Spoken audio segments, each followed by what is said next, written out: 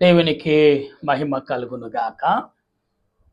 ప్రభునందు ప్రియ దేవుని బిడ్డలారా, ప్రభు పేరట మీ అందరికీ శుభాలు, వందనాలు, మరణాత. మీ అందరికీ మరొకసారి ఆహ్వానం పలుకుచున్నాను. ప్రియులారా, దేవుడు తన క్రియలను బట్టి, తన ఆలోచన బట్టి నడిపించుచున్నాడని నమ్ముతున్నాను. ఎందుకంటే ఉదయకాలం అంతా దేవదేవుడు తోడుగా ఉండి మీకు రక్షణ ఆదరణ కలగజేసి ప్రభు తన ఆలోచన క్రియలను బట్టి మిమ్మల్ని నడిపిస్తున్నారని నమ్ముచు దేవదేవునికి ఎంతగానో కృతజ్ఞతాస్తుతులు చెల్లించున్నాను. ప్రియులారా, రండి, ఈరోజు పాఠము దేవుని యొక్క వాక్యం అంటే దేవుని సన్నిధిలోకి వెళ్ళి ప్రార్థించం. ఆల్రెడీ ఇశ్రాయేలు ప్రజల గురించి మనం తెలుసుకుంటూనే ఉన్నాం. అందుబట్టి దేవదేవునికి ఎంతగానో కృతజ్ఞతాస్తుతులు చెల్లించే వారంగా ఉన్నాం. అయితే ఈరోజు దేవుడు తన కృపను బట్టి నిన్ను నన్ను బలపరుస్తూ తన ఆలోచన క్రియల చేత నింపిన వాడుగా ఉన్నాడు. ప్రియులారా, అందరూ బాగున్నారా? మీరందరూ క్షేమముగా ఉన్నారని తలంచుచు మన ప్రభువును దేవదేవునికి కృతజ్ఞతాస్తుతులు చెల్లించుచున్నాను. ప్రియులారా, రండి, మనం అందరం కలిసి ప్రార్థన చేసి ప్రభువును ఆరాధించి దేవుడిచ్చిన వాక్యాన్ని తెలుసుకుందాం. ప్రార్థన. సర్వ సృష్టిని నీతిని పరిపాలించుచున్న సృష్టికర్తమైన దేవా, నీకు వందనాలు, స్తుతులు, స్తోత్రాలు చెల్లిస్తూ ఈ సమయంలో ప్రభా నీ దాసుడిని నేను నీ ఎదుట నీ బిడ్డల ఎదుట నిలుచున్నాను. నిలుచు నన్ను నా తలంపులు మరుగు చేసి దేవా నాలో నీవుండి నీ బిడ్డలతో మాట్లాడమని, నీ బిడ్డలకు కావలసిన ఆదరణ, కృపను, మేలును సమకూర్చమని, నీ సన్నిధి కాపుదలను సమకూర్చి మహిమ పొందమని ఈ సాయంకాల సమయంలో ప్రభా నీ లేఖనముల ద్వారా అనేకమైన విషయాలు నీ బిడ్డలకు బయలుపరిచి ముందుకు నడిపించమని, నీ దాసుడే నన్ను నీ ఆత్మచేత నింపి నా తలంపులు నా ఉద్దేశాలు మరుగు చేసి నీ ఉద్దేశాలని తలంపులు నెరవేర్చమని క్రీస్తు ప్రభువు నామమున అడుగుచున్నాను పరమ తండ్రి, ఆమేన్. మన తండ్రి అయిన దేవుని సహాయము తోడుగా ఉండి ముందుకు నడిపించును గాక, ఆమేన్. ప్రియులారా, మీ అందరూ బాగున్నారా?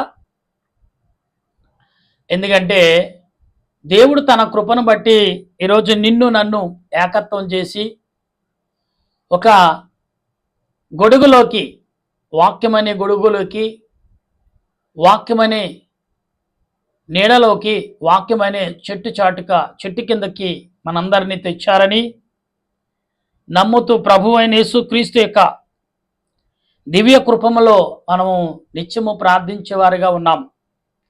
ప్రియులారా, అయితే దేవుడు నీ పట్ల నా పట్ల చేయుచున్న ఈ క్రియలు మనం ఎరిగిన వారిగా ఉండాలి. అందుకే అంటున్నాడు ప్రభు, నేనే మార్గము, నేనే సత్యము, నేనే జీవం, నేను తప్ప మరొక దేవుడు నీకు లేడు, ఉండడు, ఉండనేరడు అని సెలవ. కనుక ఈ సాయంకాల సమయంలో ప్రియులరా, మనమందరము దేవుని యొక్క వాక్యము నిమిత్తము ఆలోచన కలిగి ఉండాలి. ఇక్కడ ఈ 78వ వచనంలో సుమారు 72 వచనాలు ఉన్నాయి. ఇప్పుడు మనం 60 వచనాల వరకు మనం పూర్తి చేసుకున్నాం. 61వ వచనం చదువుతున్నప్పుడు, అతను బలమును సెరపును తన భూషణమైన దానిని విరోధి చేతికి అప్పగించను, తన ప్రజలను అంటే ప్రియులరా, తన ప్రజలను ఖడ్గముకు అప్పగించెను. ఇది 2 జనాలకు సంబంధించిన వాక్యం. ఒకటి ఇశ్రాయేలు ప్రజలకును, 2 తెగలకు కూడా అనుకోవాలి. ఇక్కడ ఒకటి మొదటి తెగేమో, మొదటి జనాభేమో దేవుని బిడ్డలుగా, రెండో తెగ అపవాది సంబంధమైన మనుషులు దేవుని శక్తి చేత పుట్టినప్పటికీ వీరు అపవాదికి లోబడి అపవాది శకగా వెయ్యి తెగగా మారి వీరు ఎలా ఉన్నారంటే మనుషులను కూడా మూర్ఖులుగా మార్చుటకు వీరు కనబడుతున్నది ఇశ్రాయేలు ప్రజలు. ప్రియులారా, ఇశ్రాయేలు ప్రజలు చేసిన ఈ క్రియలన్నిటినీ మనం ఆలోచన కలిగి ఉండాలి. ఎందుకంటే వారు ఎటువంటి వారు అని ఆలోచనలు తీసుకుని వారు మహా మూర్ఖులు. దురాత్మ సంబంధమైన వారు ఎలాగుంటారంటే అసలే మూర్ఖత్వంలో వారు చాలా అంతు చిక్కన మూర్ఖత్తలు. మనం అంటాం దేవుని యొక్క వాక్యము మనిషికి లోక సంబంధంగా అంతు చిక్కదు, హృదయానికి మాత్రమే అంతు చిక్కుతుంది అంటాం. అంటే ఈ లోక సంబంధమైన క్రియ ఎటువంటివంటే చాలా శోధనతో కూడినవి. దాన్ని జయించడానికి ఆత్మ సంబంధమైన క్రియలు ఖచ్చితంగా మనిషికి ఉండాలి. అయితే ఇక్కడ అంటున్నాడు, ఆయన తన శ్వాసం మీద ఆగ్రహించను, అగ్ని అగ్ని ఆ వారి యొక్క స్వాస్థం, దేవుని యొక్క శ్వాసము వారి యవనస్తుల మీద వించును. దేవుని అగ్ని యవనస్తుల మీదకు దిగి వచ్చిందంట. అంటే ఐగుప్తు యొక్క యవనస్తులందరూ కూడా ఎలాగున్నారంటే చాలా మూర్ఖంగా ఉన్నారు. ఇవాళ అందుకనే ఏమండి జైజం అయిపోయింది, బుద్ధిజం గతించింది, ఇప్పుడు హిందూయిజం హిందూయిజం పీచుకు చేరుతుంది. ఏదో ఒక రోజున అది కూడా కంటికి మాట వరకే నిలబడుతుంది. పిల్లలు ఉండవలసింది ఏంటంటే క్రీస్తు యుగం. అంటే క్రీస్తే పరిపాలకుడు, క్రీస్తే ఈ భూమిని పరిపాలించబోతున్నాడు అనేది లేఖనాలు కనబడుతున్నాయి. అయితే ఇక్కడ అంటున్న మాటని చూస్తే కన్యకులకు పెండ్లు పాట లేకపోయినా, అంటే కన్యకులకు, స్త్రీలకు, యవనస్తులకు, యవన కుమార్తెలకు పెళ్లి లేకపోయేను అంటున్నాడు. ఎంత ప్రమాదమైన మాటలు ఇక్కడ కనబడుతున్నాయి అంటే వారి యాజకులు కత్తిపాలు కాక వారు ఎదవరాళ్ళు రోదనము చేయకుండురి. అప్పుడు అప్పుడు అప్పుడు అప్పుడు నిద్ర నుండి మేలుకుని ఒకని వలెను మధ్యవసుడై ఆర్భటించు పరాక్రశాలివై, అంటే పరాక్రసారమై ప్రభు మేలుకును అనే మాటను ఇక్కడ రాయబడింది. ప్రియులారా, ఇదంతా కూడా రెండు తెగలకు సంబంధించిన వాక్యాలుగా కనబడుతుంది. ప్రియులారా, ఇశ్రాయేలు ప్రజలు ఆత్మ సంబంధులుగా జీవించిన వారు. యాకోబు పెనిగలాడాడు. మొదట చూసుకుంటే ఆదాముకు గతము గతించినప్పుడు తర్వాత నోవాహు వచ్చాడు. దానికంటే ముందు ఆదాముకును నోవాహు ముందు ఆనోకు దేవునితో నడిచి పరిశుద్ధుడిగా వెళ్ళిపోయాడు. ఆయన సువార్త ప్రకటించడం కంటే దేవునితో నడిచింది ఎక్కువగా కనపడుతుంది. అంటే ప్రజల నిమిత్తము ప్లస్ ఆనోకు సుమారు 300 పైగానే సంవత్సరాలు ఈ భూమి మీద జీవించినట్లు, పిల్లలతో కూడా అతడు నడిచినట్లు, జీవించినట్లు కనబడుతుంది. తర్వాత కాలం వచ్చినప్పటికీ నోవాహు గారు జీవిత కాలం అంతా 120 సంవత్సరాలు జీవించినప్పటికీ ప్రియులారా, అతడు జీవించిన కొంత జీవితం దేవుని కొరకే గడుపున వాడై ఉన్నాడు. మొదటి నుంచి దేవుని నుంచి భయభక్తులు కలిగి ఉన్నప్పటికీ తర్వాత జీవితం అంతా కూడా దేవుడు ఏమి చెప్తాడో అదే చేశాడు. ఇది నోవాహు చరిత్ర. తర్వాత చరిత్రకు వచ్చినప్పుడు ప్రియులారా, ఇలాగా ఒక శకము అంటే 100 ఏళ్ళు గడిచిన తర్వాత దేవుడు ఈ లోకానికి ఎలాగంటే నాశనము చేయకుండా కొన్ని శకలుగా, కొన్ని తెగలుగా బాగు చేసుకుంటూ వచ్చాడు. తెగలుగా అంటే ఒక యుగానికి ఒక పురుషుడు అన్నట్టుగా దేవుడి క్రియలు చేశాడు. ఇంకా శాశ్వతమైన క్రియను యేసు ప్రభు చేయగలిగాడు. ఇది ఎలాగంటే అబ్రహాముని తర్వాత అబ్రహామును దీవించాడు కొన్ని సంవత్సరాలు. అబ్రహాము కూడా 120 సంవత్సరాలు జీవించిన వాడే. తర్వాత ఏసేబు కూడా అంటే అబ్రహాము తర్వాత చూడండి ఇక్కడ మరి యాకోబు వచ్చాడు. అబ్రహాం కుమారుడు ఇసాకు వచ్చాడు. ఇసాకు కుమారుని యాకోబు మనకి బాగా మరి చరిత్రలో రాయబడిన పేరు. ఆదికాండం మొదలుకొని ప్రకటన గ్రంథం వరకు కూడా యాకోబుని ఎక్కడో ఒక రీతిని దేవుడు పలకరిస్తూనే ఉన్నాడు. యాకోబుని ఏదో సమయంలో జ్ఞాపం చేసుకుంటూనే ఉన్నాడు.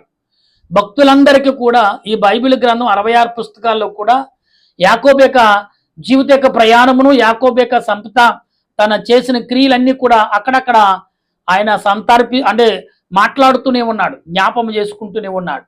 ఈరోజు నీ చరిత్ర, నా చరిత్ర ఎక్కడి నుంచి వచ్చిందంటే యాకోబు యొక్క సమర్థనం నుండి వచ్చిందని మనం గమనించాలి. ఇక్కడ ప్రియులారా, యాకోబు తర్వాత ఇశ్రాయేలు ప్రజలు ఐగుప్తుకి వెళ్ళారు.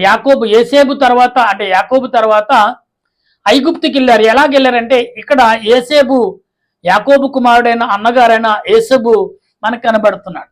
బైబిల్ గ్రంథంలో ఏసేబు అనే పదం కలిగిన వారు చాలా మంది ఉంటారు.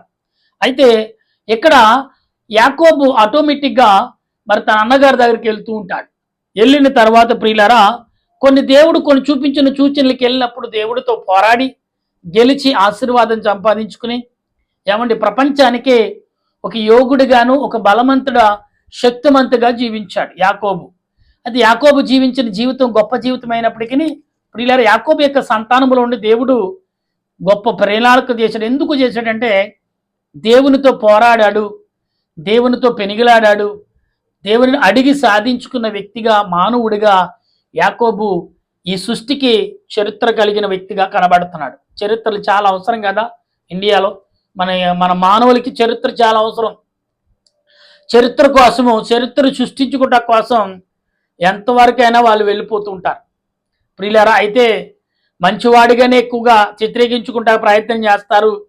దాని సమయంలో చాలా రకాల పొరపాట్లు కూడా చేస్తూ ఉంటారు. ఇదంతా చరిత్రకు మరి మనకు కనబడుతున్న క్రియలు. అయితే ఇక్కడ చాలా రకాలు కనబడతాయి. అయితే ఇశ్రాయేలు ప్రజల మధ్యకు వచ్చినప్పటికీ దేవుడు మొదట ప్రేమ చూపించిన సుమారు ఎప్పుడు తర్వాత అంటే 430 సంవత్సరాల తర్వాత కానీ వారికి విముక్తి దొరకలా. ఈ 430 సంవత్సరాలని ఐగుప్తు నుంచి వారు జీవించారు. ఐగుప్తులో మొదటేమో ఏసేబు సంతానము కలిగిన ఆ రాజులు వారి పిల్లలు ఏం చేశారంటే వీళ్ళు గొప్పవారుగా అయిపోతున్నారు, మన మధ్యకు అతిథులుగా వచ్చి జీవించిన వారు ఎలా చాలా శ్రీమంతులుగా ఉన్నారు, నేను ఎలా ఉంచకూడదని ఆనాడు రాజులు, ఐగుప్తు రాజులు ఏం చేశారంటే ఆనాడు యవనస్తులు అంటే ఆ యోసేపుతో తర్వాత తీర్మానం చేసుకున్న రాజులందరూ నశించిపోయారు. గతించిపోయిన తర్వాత కొత్త రాజులు పుట్టుకొచ్చినప్పుడు వారు ఏం చేశారంటే వీళ్ళు మన మీద ఆధిపత్యంగా చేస్తారు. వీళ్ళు ఆధిపత్యం ఏనాడు చేయలేదు ఇశ్రాయేలు ప్రజలు.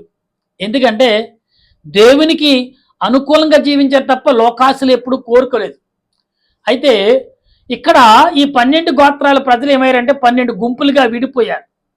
విడిపోవటం వల్ల సాతానుకును అక్కడ రాజులకును అవకాశం దొరికి అలా కాదు వీళ్ళకి వీళ్ళకి ఆస్తులు ఒకటొకటి తీసుకోవటం మొదలుపెట్టారు. తీసుకోగా వాళ్ళు జీవించడం మహా కష్టంగా ఉన్నప్పుడు వాళ్ళు ఏం చేశారంటే ఇదిగో మీరు ఆస్తులు మా ఆస్తులు మీ దగ్గర ఉన్నాయి కాబట్టి దీంట్లో ఇంత మాకు ఇవ్వండి, ఇంత మీరు తీసుకోండి అనే రీతిగా కొంతకాలం చేశారు. తర్వాత ఏం చేశారంటే దాన్ని జీతభత్యాలుగా చేశారు. మీరుంటే ఉండండి, వెళ్ళిపోతే వెళ్ళిపోండి అనే రీతిలో చేసినప్పుడు అలవాటు పడిన ప్రాణం ఏం చేస్తుందంటే అక్కడే ఉంటారని కోరుకుంటుంది. ఎందుకంటే ఎంతో కొంత ప్రశాంతంగా ఉంది, అందరూ మనవులు ఉన్నారు, మనకు తోడుగా ఉంటారనే ఆలోచనతో కొందరు కష్టమైన శోధనైనా అక్కడే ఉంటాక ప్రయత్నం చేస్తారు. ఇవాళ మనుషులకి మానవ యొక్క ప్రయాణము మనుగుడు అలా సాగుతుంది ప్రియులు. అందుకే ఇంకను ఈ లోకంలో మన ప్రపంచ దేశంలో బానిస బ్రతుకు ఉంది ఇంకా. మరి ఇక్కడి నుంచి మరొక దేశం వెళ్ళినప్పుడు అక్కడ బానిసగా బతకాలి. దుబాయ్, ఖత్తర్, సౌదీ ఇలాగ మన కొన్ని దేశాలు చూసుకుంటే ప్రియులరా ముస్లిమాను అంటే ఆదాము సంతానం అబ్రహాము సంతానంలో పనివారి యొక్క సంతానము ఇవాళ ఏలుబడి చేస్తుందని అనుకోవాలి మనం ప్రియులరా. ఇస్మాయేలు సంతానం ఈనాడు ప్రపంచాన్ని కుబేరుడిగా చేసిన దేవుడు అన్నాడు ఇస్మాయేలుతోను, ఇస్మాయేలుకి తల్లితో నీ కుమారుడిని అనేకల జనముగా నీ సంతానం చేస్తాను, నువ్వు చింతించని ధైర్యం ఇచ్చాడు. దాని ద్వారానే ఇవాళ కువైట్, దుబాయ్, ఖత్తరు వాళ్ళకి దేవుడు ఎంత సంపాదన ఇచ్చాడు అనేది అందరికీ తెలుసున్నది. 100 సంవత్సరాల కిందట వాళ్ళు ఆహారం కోసం పరుగులెట్టారు చాలా మంది. మరి అనేక రకాల ఇవాళ ఆహారమే వారిగా బంగారం సమస్తము వారి కాళ్ళ మీద పడి ఉంది. అందుకే వాళ్ళు ఇవాళ సొదొమొర పట్టణ ప్రజల వలె విచ్చలవిడి ధనాన్ని సంపాదించుకున్న నాడు ఇవాళ సొదొమొర పట్టణ ప్రజలు అలాగ తయారు కారణం ఏంటంటే ధనం. ఇవాళ మనిషి మూర్ఖుడిగా దుర్మార్గుడిగా మారట కారణం అంటే ధనమే. ఈ ధనబలము ఉండటం వల్ల ఈ మనిషి మూర్ఖుడిగా మారిపోతున్నాడు. ఇక్కడ ఎలా జరుగుతుందంటే చదువుతుంటే ఆయన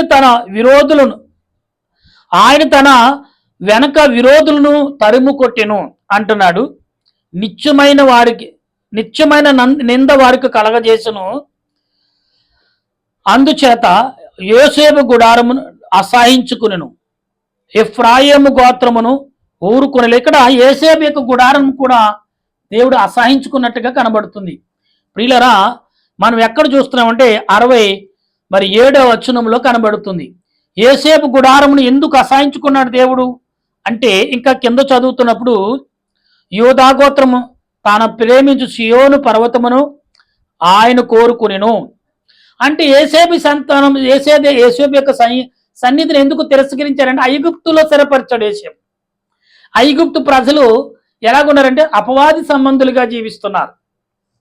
నా మాటలు మీకు అర్థమవుతున్నాయి అని అనుకుంటున్నాను ప్రియారా. ఎందుకంటే యోసేపు చేసిన క్రియ మంచిదే, కానీ వాళ్ళు గుర్తించలేదు. ఐగుప్తు ప్రజలు ఇంకా మూర్ఖులైపోయారు. ఎందుకని ఆనాడు ఐగుప్తు అంతా కూడా కరువుతోనూ శోధనతో ఉన్నప్పుడు ఆ శోధన కాస్తి పీచుకి చేరింది వాళ్ళకి. ఇలా ఎలాగుందంటే సొదొమొర పట్టణ ప్రజలు ధనంతో ఎలా పీచికి చేరారో వీళ్ళు కూడా అలాగే చేరి అనేక అమాయకులైన ఇశ్రాయేలు ప్రజలు వారి వల్ల వచ్చిన సంతానమును, వారి వల్ల వచ్చిన అభివృద్ధిని వారు గుర్తించలేక మూర్ఖుల వలె మారుతున్నారు. ఎలా వారిని దేవుడు ఏం చేస్తున్నాడు అనేది గమనిస్తూ ఉంటే, కక్షమును కట్టినట్లు తాము భూమిని శాపించినట్లు ఆయన తన పరిశుద్ధమను అంటే ఆయన తన పరిశుద్ధాత్మను మరి ఎక్కడంటే సీనాయి పర్వతం దగ్గర బోర్డర్ పెట్టాడు. సీనాయి పర్వతం అనేది క్రైస్తవులకు, ఆనాడు అబ్రాహాంకు, ఈనాడు ప్రజలకు, ఈనాడు అందరికీ ప్రపంచానికి కూడా సీనాయి పర్వతం మరి స్థానిక స్థలముగా, మెయిన్ స్థలముగా, మనకు స్థిరమైన స్థలముగా దేవుడు చూపిస్తున్నాడు. ప్రియులారా, ఈనాడు మానవులు ఎక్కడి నుంచి ఉత్పత్తయ్యారంటే నేనంటాను బైబిల్ ప్రకారంగా, ఈ గ్రంథాల ప్రకారంగా సీనాయి పర్వతం దగ్గర నుంచే శాసనాలతో మనిషి యొక్క మనుగుడు కొనసాగింది అని అంటాను. సీనాయి పర్వతం మీద మొదట మోషేతో మాట్లాడిన దేవుడు, తర్వాత ఇశ్రాయేలు ప్రజలతో మాట్లాడిన దేవుడు, ఇశ్రాయేలు ప్రజల కొన్ని చూచులు మానవులు 12 గోత్రాలని ఏ రకంగా దీవిస్తాడు, ఏ రకంగా శాసనాలు ఇచ్చాడు అనేది అక్కడే మనకు కనబడుతుంది. అయితే ఇక్కడ తన దాసుడైన దావీదును కోరికని గొర్రెపిల్ల దొడ్లను అతన్ని పిలిపించను. దావీదు గొర్రెపిల్లల యొక్క దొడ్డులో నుంచే వచ్చిన వాడు, గొర్రెల యొక్క మధ్య నుంచే వచ్చాడు. అయితే ఇక్కడ అంటున్నాడు అంటే గొర్రెలను వెంబడించడం మానిపించి తన ప్రజల యెహోవాను అంటే తన ప్రజలైన ఇశ్రాయేలు ప్రజల స్వాస్థ్యమును అంటే యాకోబు యొక్క స్వాస్థ్యమును ఆయనకి ఎప్పించుటకై ఆయన అతను రప్పించను. అతడు యథార్థవంతుడే, అతడు యథార్థ హృదయమై అతడు పాలించను, కార్యములందు వారిని నడిపించను. ప్రభునందు ప్రియులారా, ఈ యొక్క 72 వచనాలు ఇద్దరితో మరి చదవటం ముగించబడింది. 72 వచనాలు, ఆ 78వ అధ్యాయంలో 72 వచనాలు. అయితే నేను ఎందుకు చెప్తాను, ఇశ్రాయేలు ప్రజలకు ఎందుకు దేవుడి శాసనాలతో ముందుకు నడిపించాడు అంటే, మనుషులు మొదట ఎన్ని రకాలుగా తప్పులు చేశారంటే, మొదట ఏదోను తోటలో ఆదాము మొదట తప్పు చేశాడు. రెండో తప్పేమో ఏమండి ఆనాడు నోవహు కాలంలో జరిగింది. దేవుడు అక్కడ కూడా క్షమించి మనుషుల్ని సృష్టించాడు, నడిపించాడు. తర్వాత కాలంలోకి వచ్చినప్పటికీ అబ్రహాము కాలంలో బాగుంది జీవితం, అబ్రహామును ఏర్పరచుకున్నాడు, ప్రపంచాన్ని స్థిరపరచడానికి ప్రయత్నం చేశాడు. తర్వాత కాలంలో ప్రియులారా, ఇశ్రాయేలు ప్రజలు అబ్రహాము కానించి మరి సుమారు 400 అంటే అబ్రహాముకి తర్వాత మరి ఐగుప్తుకి వెళ్ళిన తర్వాత 430 సంవత్సరాలు అంటే యాకోబు యోసేపు బ్రతుకున్నంత కాలం లెక్కయబడలేదు. కానీ వారు ఐగుప్తు వెళ్ళిన మొదలుకుని యాకోబు ఐగుప్తు చేరిన తర్వాత అక్కడి నుంచి లెక్కేస్తే 430 సంవత్సరాల ఐగుప్తులో ఇశ్రాయేలు ప్రజలు జీవించినట్టుగా కనబడుతుంది. అయితే ఇక్కడ ఈ 430 సంవత్సరాలు ఎలా జీవించారంటే భయముతోనూ భక్తితో లేకుండా, భక్తి ఉన్నప్పటికీ భయముతో మరి బలవంతుడు. ఇశ్రాయేలు ప్రజలంటేనే మహా తెలివైన వారు, వాళ్ళ తెలివిని వాడుకుంటూ కఠినంగా నాడు ప్రజలు రాజ్యాలు ఇలారు. ఈనాడు కూడా అది కూడా జరుగుతుంది. ఇండియా ప్రజలంటే పనిచేసే ప్రజలు, ఇండియా ప్రజలంటే గొప్పవారుగా, ఈనాడు తెలివైన వారుగా ప్రపంచానికి కనబడుతుంది. అంటే ఇవాళ ఇండియా ప్రజలు అలాగే ఇశ్రాయేలు ప్రజలు కూడా ఎటువంటి వారంటే వారితో సమాన తత్వంగా ఇండియా ప్రజలు కూడా ఉంటున్నారు కొంచెం. ఎందుకంటే తూర్పు దిక్కు వెళ్ళే కొలది ఇక్కడి నుంచి మన ఇండియా దాటిన తర్వాత కొంత ప్రాంతము మరి అర్థం కాకుండా ఉంటుంది. కాబట్టి ప్రియులరా, మరి తూర్పు దిక్కు నుంచి ఉదయించబడిన జ్ఞానులు ఎవరు యేసు ప్రభువును గుర్తించిందంటే మరి ఆనాడు చాలా మంది కూడా బుద్ధిజంలో బుద్ధుడు గారు చెప్పిన విషయం ఏంటంటే, మరి ఆనాడు జైనిజం బుద్ధిజంలో మరి చెప్పిన విషయం అంటే యేసు ప్రభు నా ఇంటి వాడు మావాడు అని ఇండియా వారు కూడా చెప్పుకున్నంతే స్థితికి ఆనాడు కార్యాలు జరిగిన నిజమే, వాస్తవాలు కలిగినాయి. అది అలా చాలా రకాలుగా ఏముందంటే ప్రియులారా, చాలా ఎవరు తోసింది వారు మాట్లాడుతూనే ఉన్నారు. ప్రియులారా, మనిషికి కావలసింది జ్ఞానం. ఆ జ్ఞానం ఎక్కడ దొరుకుతుందో అది చూడటం మానేసి ఎవరికి దొరికింది వారు రాసుకుంటున్నారు. ఆనాడు రాసింది మనుషులే రాశారు. ఇలా సనాతన ధర్మమైనను మరొక ధర్మమైన మనుషుల చేత రాయించాడు దేవుడు. అయితే కొందరు మనుషులే రాసినవి, కొందరు దురాత్మకు లోబడి రాసిన క్రియలు ఎలాగున్నాయంటే మనుషుల వేగముగా వెళ్ళింది. అందుకు కాబట్టి మనుషులు దురాత్మ క్రియలనే ఎక్కువగా ఆరాధించటం, వాటిని మొక్కటం, వాటిని బలపరచడం జరుగుతుంది. ఈ రోజున ఎందుకు చెప్తున్నానంటే ఇశ్రాయేలు ప్రజలు మనకు ఒక ఉదాహరణగా, ఒక సాదృశ్యంగా మనకు కనబడుతున్నారు. ఈనాడు మనుషులుగా ప్రతి మనిషిలో స్వార్థం ఎక్కువైపోయింది. అందుకే అంటున్నారు, ఒక ఆయన అంటాడు 100 ఏళ్ళకు ఒకసారి ఏదో భూమి మీద జరగాలండి, లేకపోతే కష్టం. ఇప్పుడు సుమారు 2వ ప్రపంచ యుద్ధం జరిగి సుమారు 60-70 ఏళ్ళు అయింది అంటున్నారు. ప్రియులారా, మరి మా వయసు అంత లేదు, నాకు వయసు వచ్చి 50 సంవత్సరాలు, అన్ని ఏళ్ళు కూడా జరిగి ఉండదు. అయితే ఎందుకు అంటే ఈ మనుషులు చాలా మూర్ఖులుగా ఆనాడు సొదొమ పట్టణ ప్రజలు ఏ రకంగా ప్రవర్తించారో ఈనాడు మనుషులు అది కనబడుతుంది ప్రతి దేశంలో.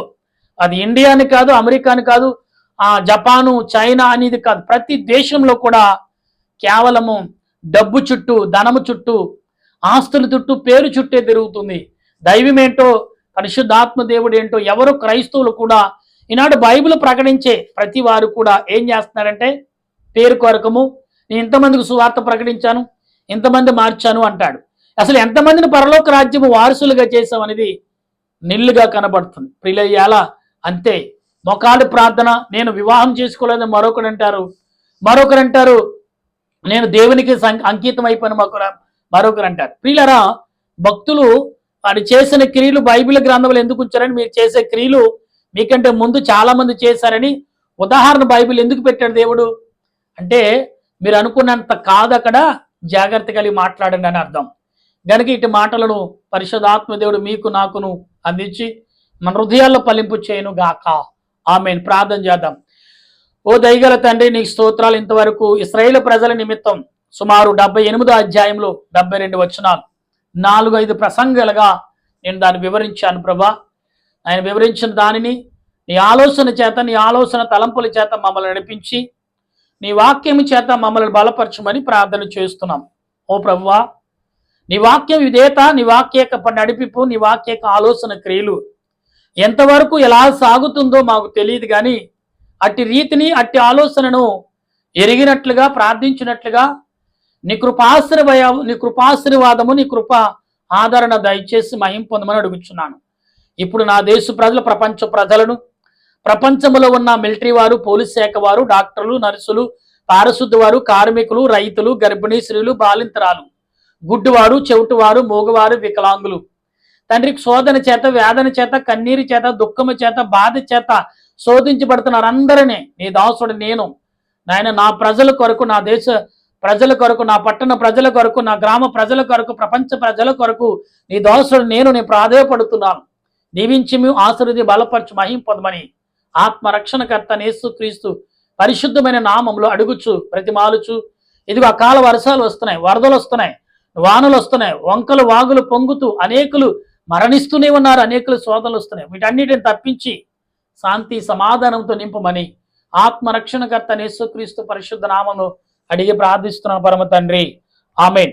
మన తండ్రి అయిన దేవుని కృప, త్రియేక దేవుని సహాయము సదా తోడుగా ఉండి ఆయన రాకడకు సిద్ధపరచును గాక. ఆమేన్, ఆమేన్, ఆమేన్. మీ అందరికీ వందనాలు. మరణాతా.